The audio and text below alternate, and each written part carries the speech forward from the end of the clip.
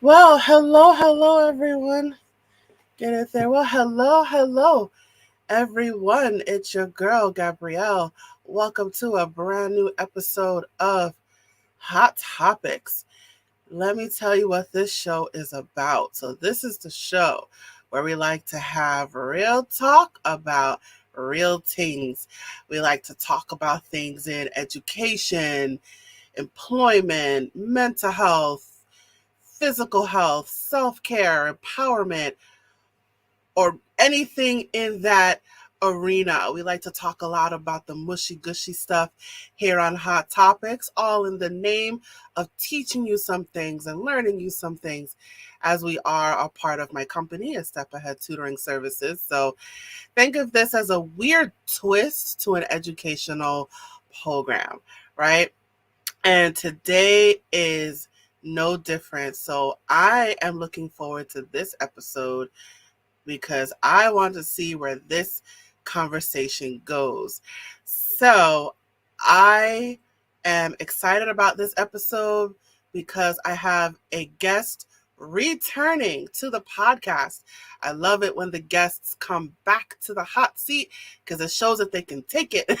So I have a returning guest to the show. Her name is Allison Maynard. She was in two other episodes on Hot Topics. One is Education Reform, Part 2, I believe, and the other one was Life as a Teacher, I believe. I done forgot my episodes. I've done so many. But I know she was on two other episodes. Make sure you check those out. But this is her third time on Hot Topics today. And let me tell you what that topic today is. It's a long one. It's a doozy. It is how parents can easily develop critical thinking skills in their children. I'm going to repeat that again for those listening on a podcast right now.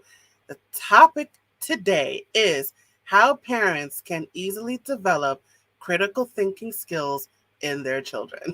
It's a long one. Oh boy. And Allison Maynard, she is going to talk to us about that today. Excuse me. Let me just remind you a little bit about who she is. So she is a former school teacher with 17 years in the classroom. After watching the system fail countless students, parents, and teachers, including herself, she decided to resign, knowing that there had to be a better way. As a result, she has developed the School Smart Method, which is a simple program designed to teach parents how to help their kids get better grades in school. And she also works one-on-one with students to ensure that they have the foundational skills necessary for learning. Boom. All right, without further ado, let's get started. I'm going to go ahead and bring her to the stage. Hey, Allison, how you doing? I'm doing well. How are you doing? Good. Welcome back to Hot Topics. This is your third time on the show. Mm-hmm. So you brought this topic to my attention, and I'm curious to hear your perspective on it. So, how parents can easily develop critical thinking skills in their children. So, you know the drill. I'm going to pass the baton over to you. Please explain further. Okay, so this is a topic that's really near and dear to my heart because it's something that I actually was able to teach my students in the classroom. And when we think about education, we think, oh, the kids should go to school, they should be learning the subjects, and they should be learning how to think and process information, right? That seems what school should be all about.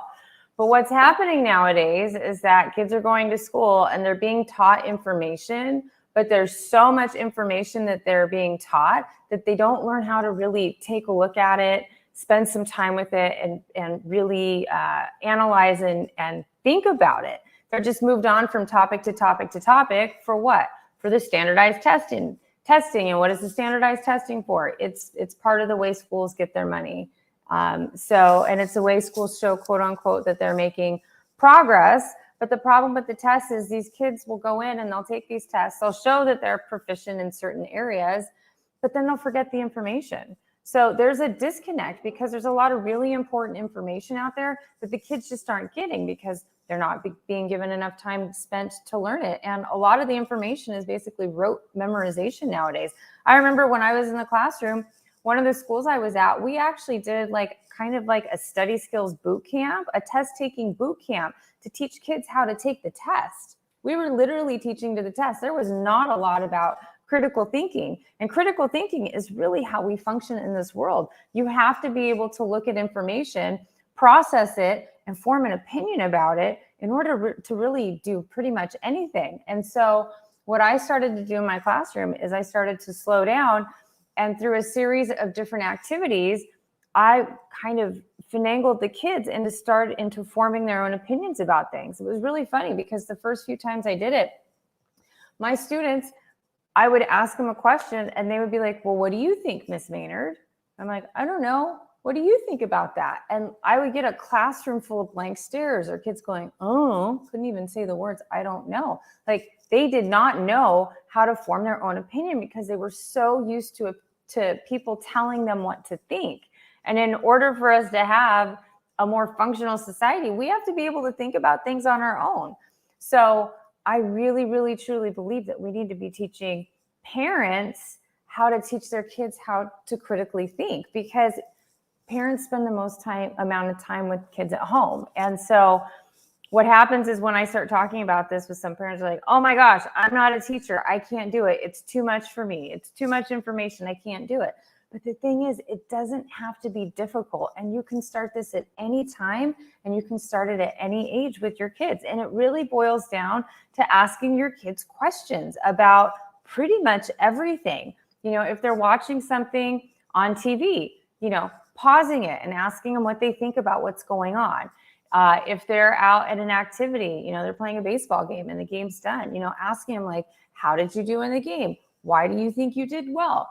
Why do you think the other team beat you? You know, just asking simple questions, because getting kids to answer questions, it starts to trigger their thinking process, which leads to critical thinking, which is not happening. And so my mission, one of my missions in life now, is to get the idea out there that it doesn't have to be difficult to teach your kids such a crucially important skill when it comes to thinking and engaging in the world around you. And it's something that you can do anytime, anywhere. You can do it at a restaurant. Like if you're looking at a menu, if you're at a Mexican restaurant, you can say, why do you think there's a Mexican flag on this? Why do you think there's a cactus on this menu? And they will go, oh, well, because it's Mexican food and you find cactuses in the Mexican flag in Mexico.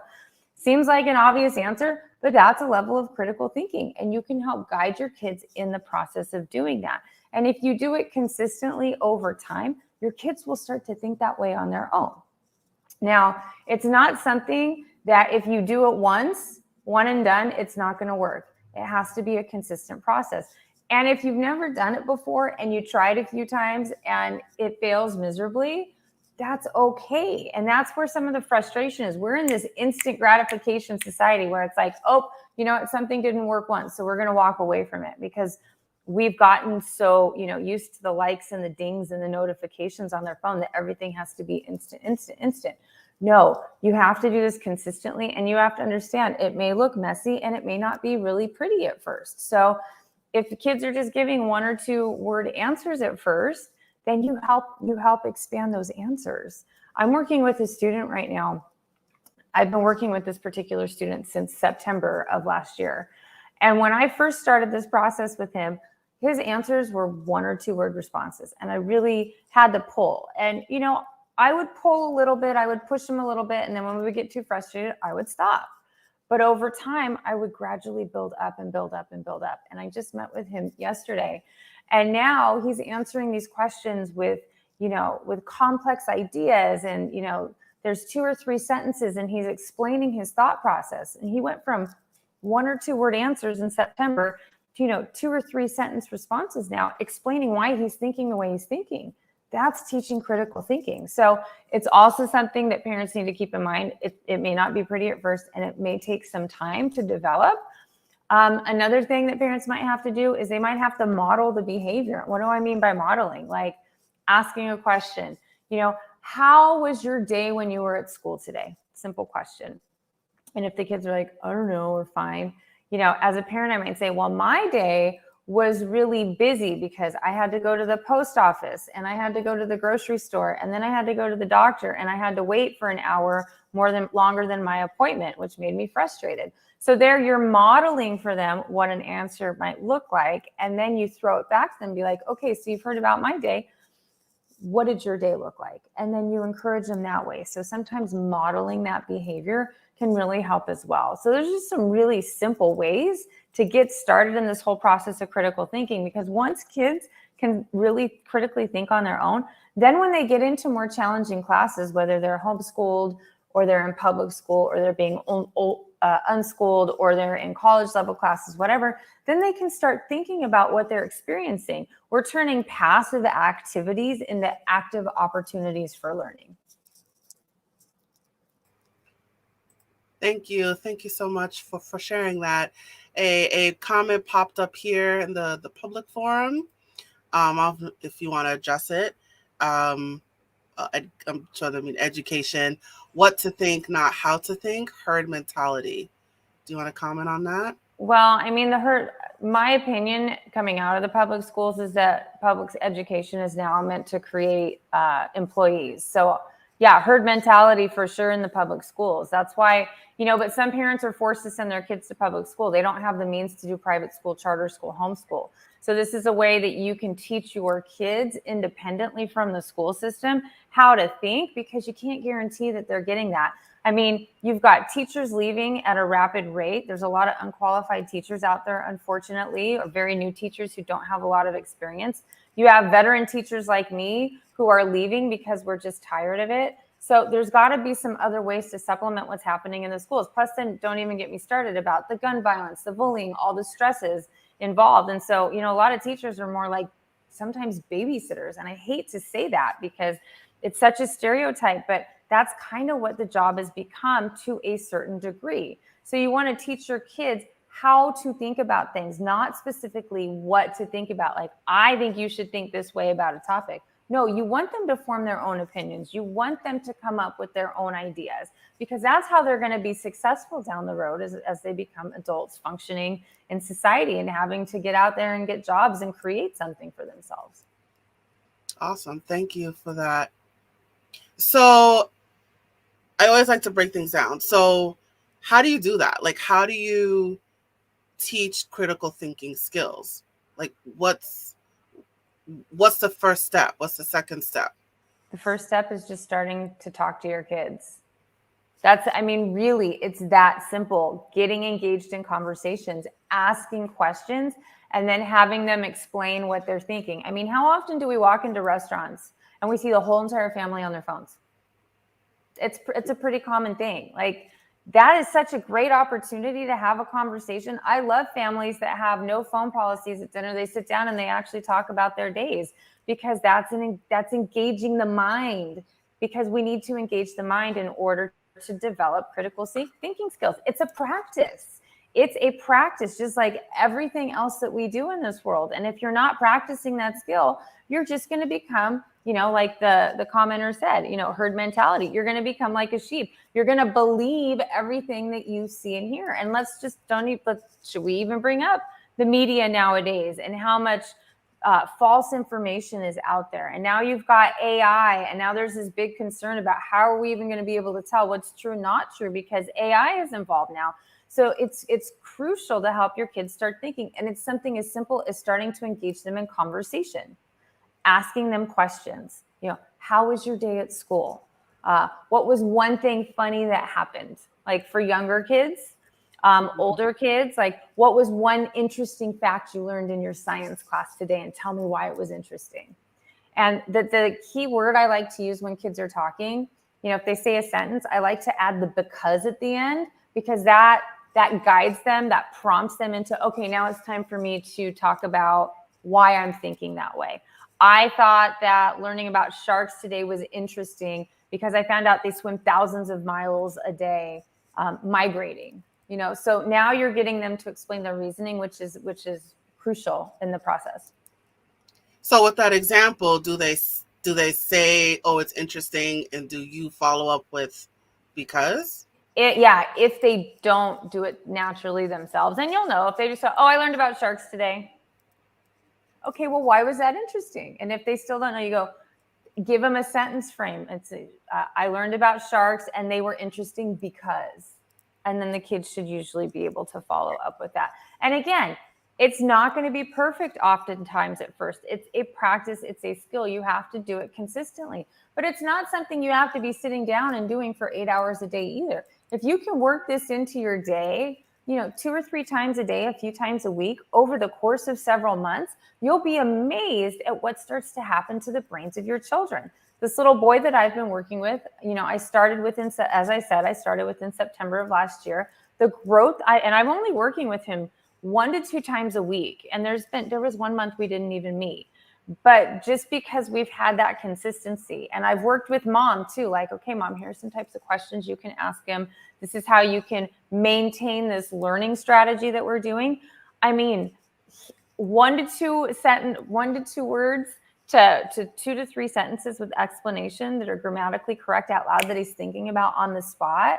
Like, that is so much growth. And that's not even with that much effort on my part.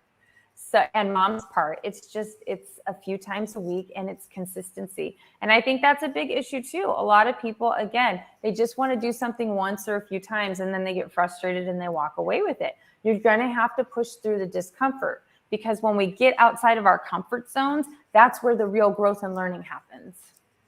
Yeah. And I'll say too that, I'm one of those people that get frustrated. And what I like to do for critical thinking, and this is my mental health counselor hat, I usually like to take a keyword and expand on that. So, when I'm talking to kids, whether it's the kids that I tutor or even the ones from my Sunday school, what did you do today?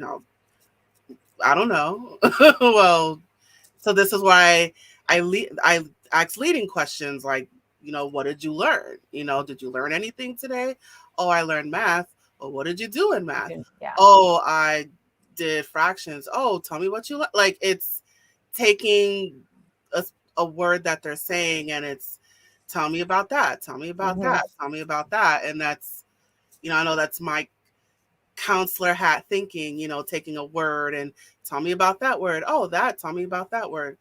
And it's like, oh, so it was difficult for you, and you're reflecting their emotions. And I think it's on us as adults to, like you said, set that example. And I will admit, I'm not one to do this all the time, and I myself should push past the discomfort. But especially in, as a tutor or as a Sunday school teacher, I'm like, I got to pull more out of you guys. So I find myself like taking one thing and, oh, what did you do? Oh, we did this. Oh, so tell me about that. Oh, I did this. Oh, so what did you do? Oh, I did that. Okay, so what you did was, and then I summarize it for them. You did A, B, C, D, and E. Okay, so let's put all that together in a thought. So that's what and I mean, I think schools used to teach that. And I'm not saying all schools are the way I'm talking about. I want to make sure that, there are some fantastic schools out there. I know there are amazing teachers out there. It's just a systemic problem. And I think we talked about this in one of the previous episodes I was on, like the systemic issues that are impacting things like critical thinking. Because if our kids can't think, they really can't do anything at all. And so then how do we expect them to get jobs and function in society? So it's important that parents, I know parents are overwhelmed. I know they're burnt out. I know things are stressful with, everything going on in the world and inflation and the economy and working and everything. I get it. That's why I'm trying to come up with ways and suggestions to help parents that are really simple. Because when you're a parent, like, this is part of your job, is to ensure that your kids are getting the proper education. Yeah, we think the school system, and back in the day, you could send your kids off to school and they would get a pretty decent education. And in some cases they do, but in a lot of cases they don't. But parents still need their kids to go to school because parents have to work. They can't stay at home and teach their kids themselves. So if you can do something as simple as asking a few questions and teaching your kids how to answer them and getting answers out of them, then school actually is going to start being a lot easier. Their grades will start to improve. You may not be getting the phone calls home saying, your child's not participating in class at all, because oftentimes kids are afraid to speak up because they don't know how to answer questions to begin with. I remember when I was in the classroom, I taught 8th grade, and I taught what were considered to be, and I don't like to use this term, but they were like academically challenged. I had kids with behavior issues. I had IEPs. I had kids learning English as a second language. I had, students who were brilliant, who were just lazy and didn't want to do anything. So it was my job to corral them and try to figure out, okay, how am I going to get these kids to start learning? And it was amazing. When I taught these kids some of these skills, like I started, pulling information out of them, and I started modeling behavior, and I taught them a bunch of other different things, annotation and, how to identify certain things in informational documents and stuff. I can remember this one little girl in particular. She was in 8th grade. She could barely read. She would read for completion. And that's what a lot of kids do nowadays. They read for completion. They do not read for comprehension. Well, when I taught her this strategy, annotation, another really simple strategy you can use for critical thinking when it comes to reading, when I taught her this strategy, it would take her a lot longer to get through a paragraph, because annotating is writing on the text. You're identifying words you don't know. You're making comment, you're asking questions. And I remember one day in class, she sat there and she went, "Whoa, Miss Maynard, I actually remember what I just read." Because we were slowing her down and getting her to think about and engage with the text that I had presented to her. So, that's another simple thing you can do, is you can print things up, or if you have books that the kids are reading, let them take some notes, let them draw some little pictures about what they're reading. It doesn't have to be like, oh, we're going to read, the whole Harry Potter series, unless you want to. Just print up a little paragraph on something they're interested in. Like the little boy that I work with, he loves Pokemon. Like that's one of his favorite things. And so, I can print up a paragraph about Pokemon, send it home, say, write one comment, one question about something that doesn't make sense, and draw a picture. And I can guarantee you, he's going to remember what he read a lot more if I just said, read this and be ready to talk about it tomorrow, which is what most schools do. And with annotating as well it's it's something that I have to do myself, but even like there's like the 5 W's and 1 H, right? Like that's another strategy. And even if it's definitely slower because you're forcing them to think, but you're pulling out like, who are the characters, what are they doing, where are they going, what time of day is it, what year is it, why are they going to where they're going, and how are they doing that. And you're teaching them to identify names and places and time, and what year is it, is it snowing? Is it sunny? Yeah. Is it, you're identifying weather and setting and why they're doing something. They're doing something because, what's the intention? So you're pulling out all of these things without even realizing that you're doing it. And so if you, like you said, slow it down, so you actually pull out each little detail and you just like, oh, okay. And then even words that they don't know, I also think we don't really do this a lot, which is vocabulary building. Yeah. So you see a word that you don't know. I was taught, look it up, right? But now it's like, you don't know. Okay, I'll just tell you and we're going to move on, right? And I think it is. It's that whole, like, we got to get through things really, really fast. And it's okay to slow things down. I think because we're in such a fast-paced society, especially in America, it's like go, go, go, go, go all the time. And if you're not super, super busy, you're doing something wrong. And that's like, we need to get away from that mentality. Like, we have to slow things down, especially with today's kids. Like, let's be honest, this generation of kids, they were born with a cell phone basically in their hands. These kids are on, I've seen kids as young as 2 years old, just on devices, 2 and 3 years old on devices all the time. And so their brains aren't properly developing. And this is a systemic problem across the board, because I also understand it's really easy. Like when you're out at a restaurant, let's give the kid a phone so they don't have behavior issues. But, I'm watching with some of my friends whose kids are on social media, that they have issues getting their kids off the phone after a while because they're super, super distracted. Right. And I think it does fall on us as the adults, because we leave them on the phone, like looking at like my own niece and nephew, like they're addicted to computers. And so, but it's like, but I encourage that, and I know it frustrates me, like, get off, I'm trying to get you to do something. But then it's like, you're allowing this to happen. It's sort of like, okay, just get on the computer. I don't want to be bothered. But it's like, I'm frustrated at the thing that I'm created. Yeah. So it's like, I created the monster and I'm angry at the monster. So it's interesting that it's like, because society is speeding up with all these things, it's like, it's a lot for us to catch up, and it's just, we take whatever shortcuts we can. But I mean, and there's a couple things I want to mention there. The recommendation for adults on computers and social media is 1 to 2 hours a day, 2 hours max. That's for adults with fully developed brains. For children, it's an hour. For young children, it's 30 minutes or less. So, think about your screen time. I mean, we can all get on our cell phones. If you have an Apple phone, you can look at your screen time, and mine is not great either. I'm not touting like I'm perfect with this, because I'm far from it.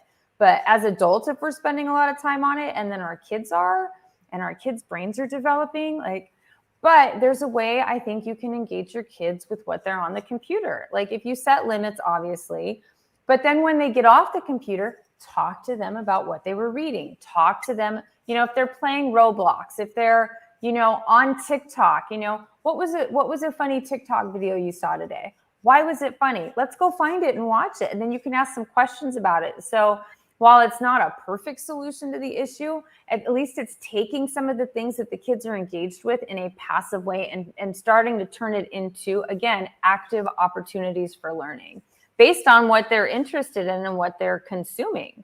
Because I can guarantee, teachers at school are not showing TikTok videos, which are way more funny and interesting than some of the curriculum, most of the curriculum I've seen in the public schools today.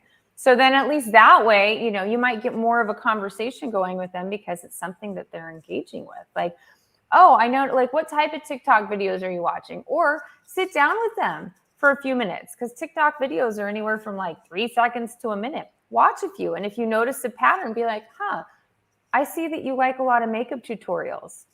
Why is that? What is so interesting about these to you?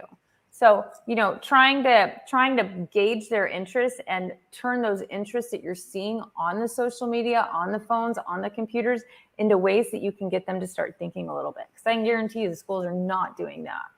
Yeah. And even, again, with my counselor brain on, even just avoiding why questions, right? Because I also think why questions can be a block. So instead of like, why is this interesting to you? Something like, what does this do for you? Or, what are you learning from?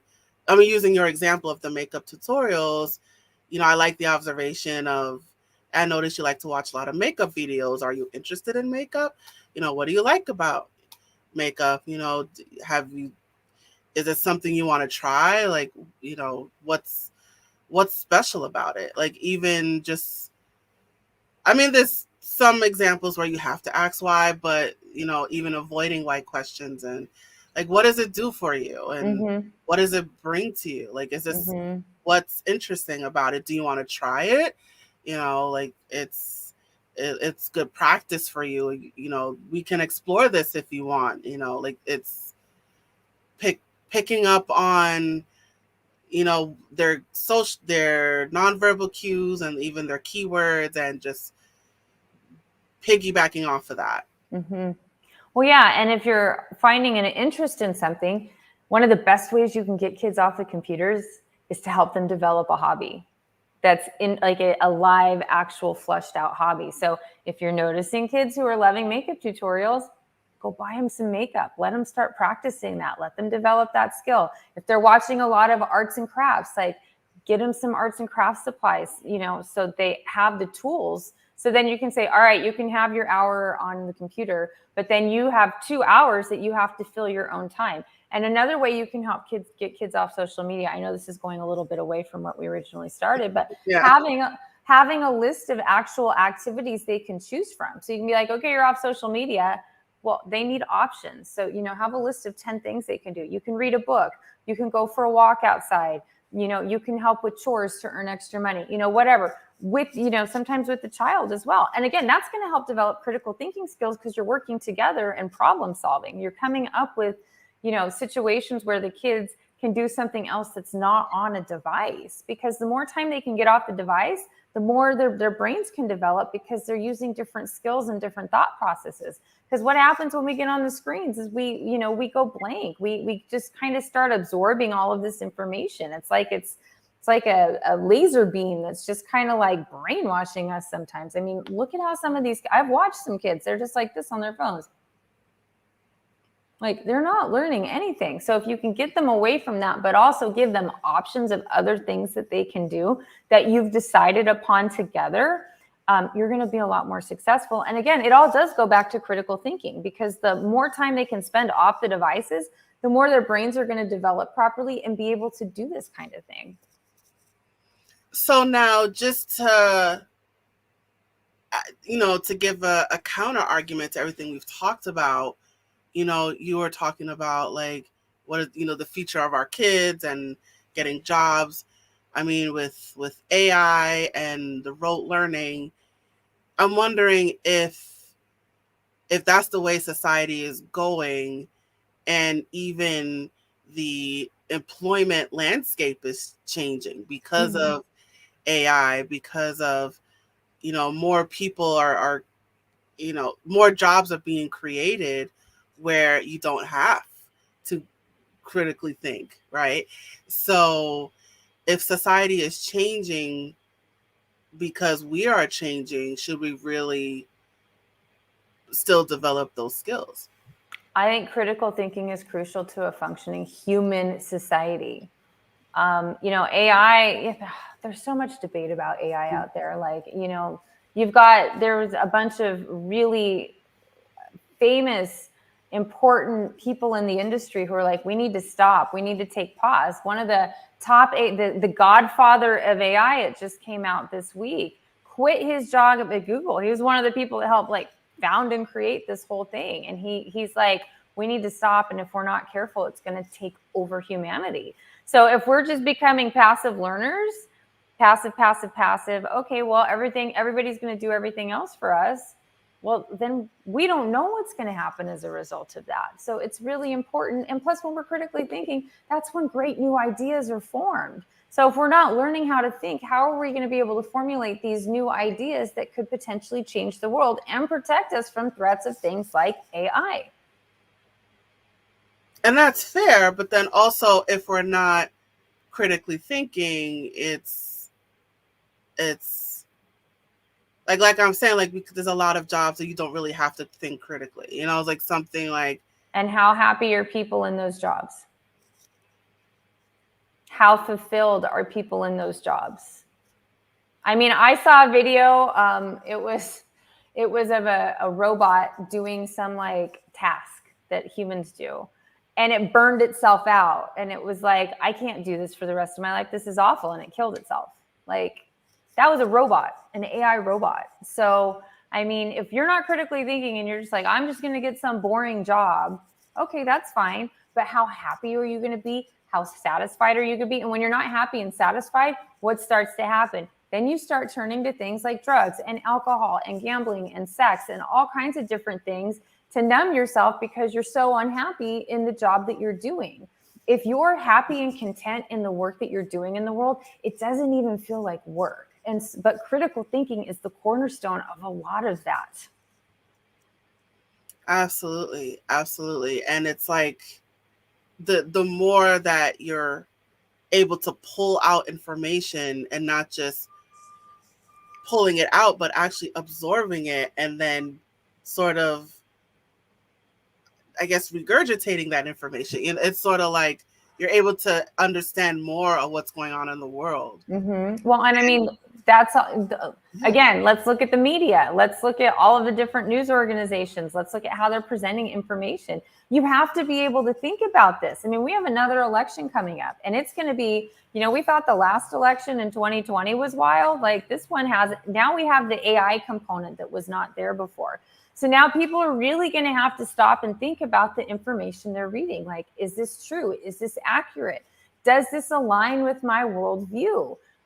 And I think critical thinking also allows people to explore other perspectives that do not agree with their worldview. And that is another cornerstone of critical thinking, being able to think about other perspectives and going, do I agree with that? Do I disagree with that? Well, I disagree with that, but how does this help me with my worldview? You know, I follow a lot of different news organizations. I'm not just in, you know, an echo chamber of people that agree with me. You know, one of the examples I can use is I'm really into health and nutrition based on, you know, my personal life. And I have a very specific way I view it. But I follow a lot of people who have opposite viewpoints of me because I want to know what the other side is thinking and presenting. Because every so often I'm like, I never thought of that. I think that's a good point. And even though I don't agree with everything they're saying, I can take some of that information and use it in my life.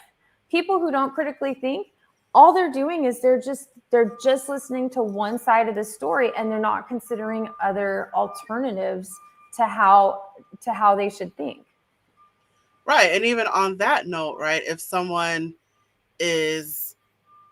doesn't share the same viewpoint, right, it's, you know, you're quick to shut them down and say, oh, you're wrong, you know. It's but even but thinking about like, why do they believe this, you know? Or I mean, there's that why question, but it's like, why do they believe this? Or, you know, why, like, what about how is this working for them and not for me, you know? So even like Republican and Democrat, you know, like even with a hot topic like abortion, right?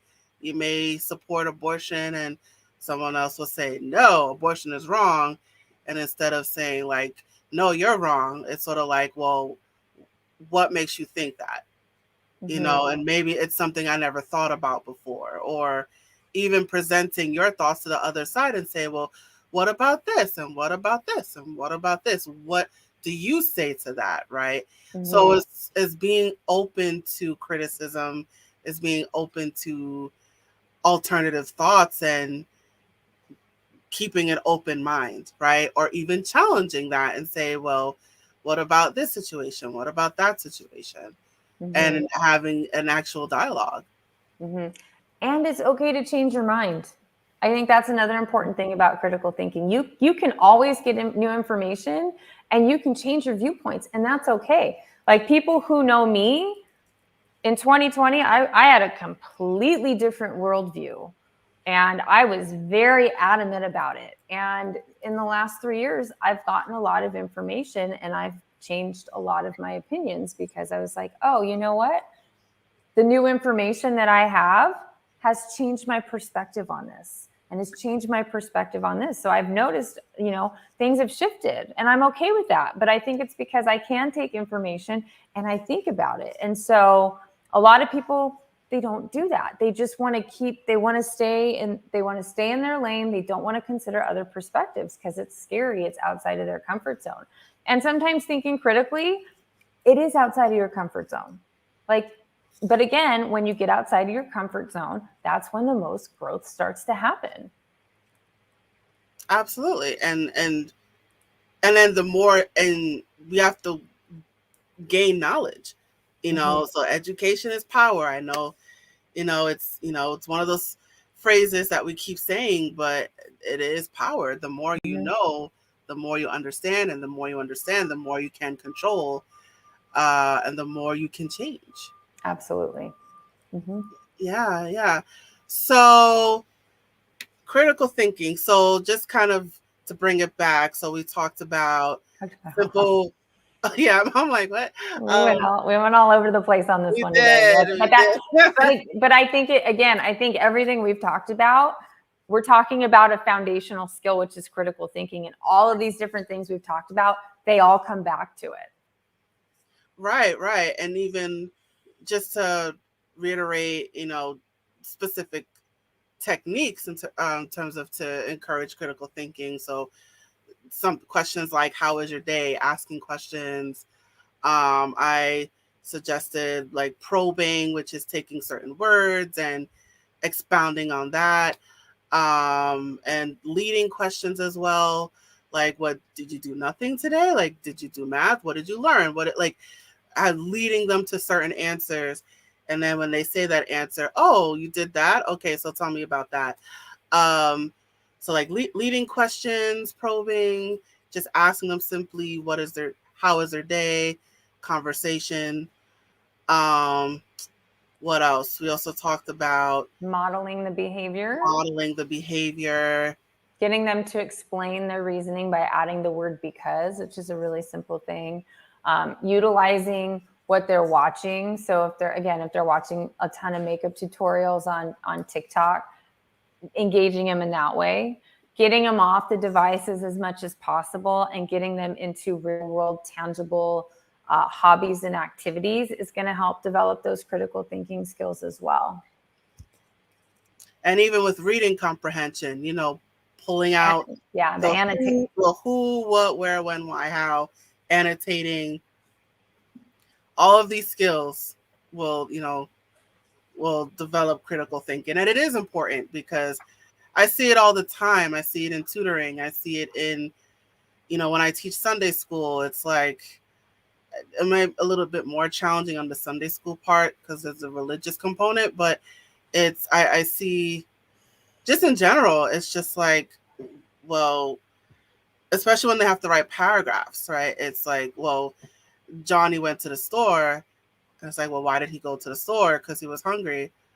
And then that's kind of it. And it's like, well, why was he hungry? Like, did he not have food? Like, did he not have the money? Like, could he not ask somebody why he didn't have it?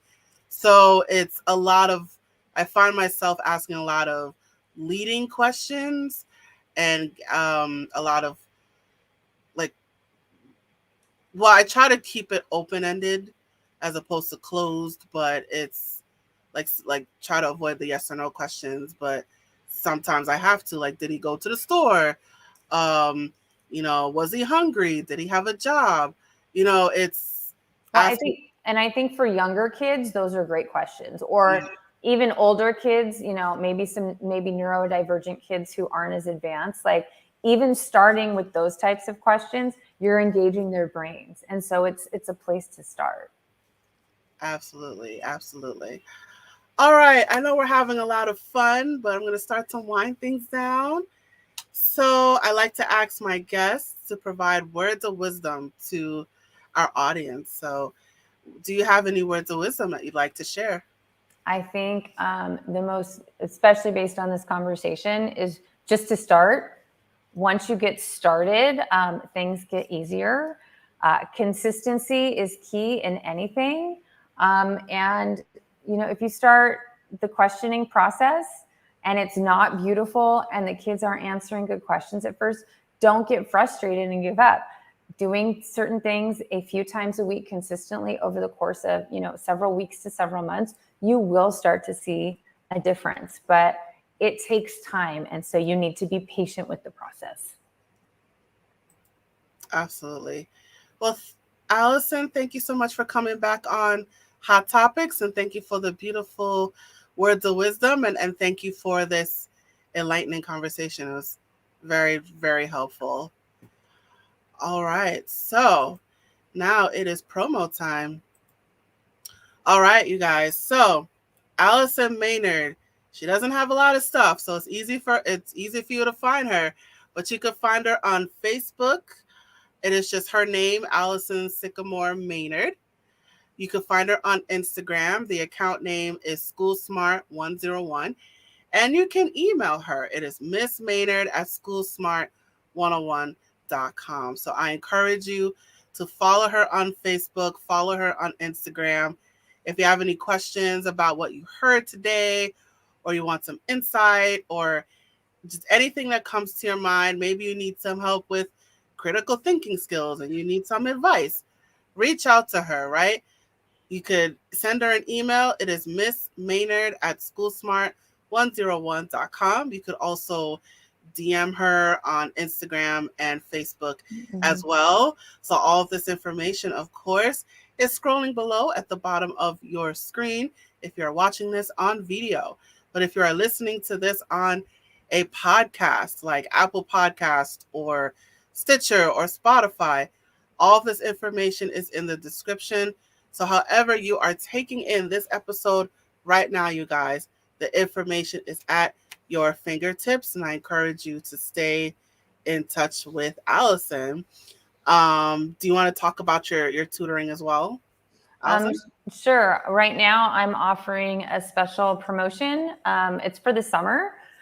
Specifically, I feel like when kids get off for school, they lose a lot of skills. And then when they get back in school, it takes them some time to get back into the swing of things. So if you're looking for some additional summer support, 1 to 2 hours a week with an expert is all your kids really need to do a little bit of critical thinking, reading, and writing. So I'm offering a summer special, which is 10 hours with me, and it also includes consistent email or text message support with the parents to give them the tools that they need to continue to support their kids for $600. So if that sounds like something that you would like to discuss, feel free to email me and we can set up a call so we can have that conversation.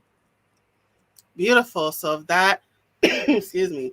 So if that deal sounds beautiful to you and you want that extra academic support, reach out to Allison Maynard today. The information is at your fingertips, like I said, but I'm going to repeat it one more time. You can find her on Facebook. It is just her name, Allison Sycamore Maynard. You can find her on Instagram. The name is SchoolSmart101, and you can send her an email, Miss Maynard at SchoolSmart101.com. All right, Allison, thank you so much for joining me again on Hot Topics. This was awesome. Thank you so much for having me. Awesome. All right, you guys. It is now you and me. So I want to take this time to remind you that this podcast, Hot Topics, is a production of my company, A Step Ahead Tutoring Services. And today we just talked about critical thinking skills, right? So if you watched the episode and you thought, hey, my kid needs some help with that, so I'm reading my kids' essays and they're all over the place and they don't explain why, and I have no idea what they're talking about. Or maybe, they're reading but they're not understanding what they're reading. And okay, they know how to answer multiple choice questions, right? Because you're really just searching for the answers, but then you ask them, okay, so tell me what you just read, and they just give you this completely blank stare, and it just looks like they have no idea what they just read, but somehow they were able to get the answers. So maybe this sounds like you, maybe this sounds like your child, and you want your child to improve their critical thinking skills. Reach out to us. Reach out to our tutors. Our website is www.astepAheadTutoringServices.com.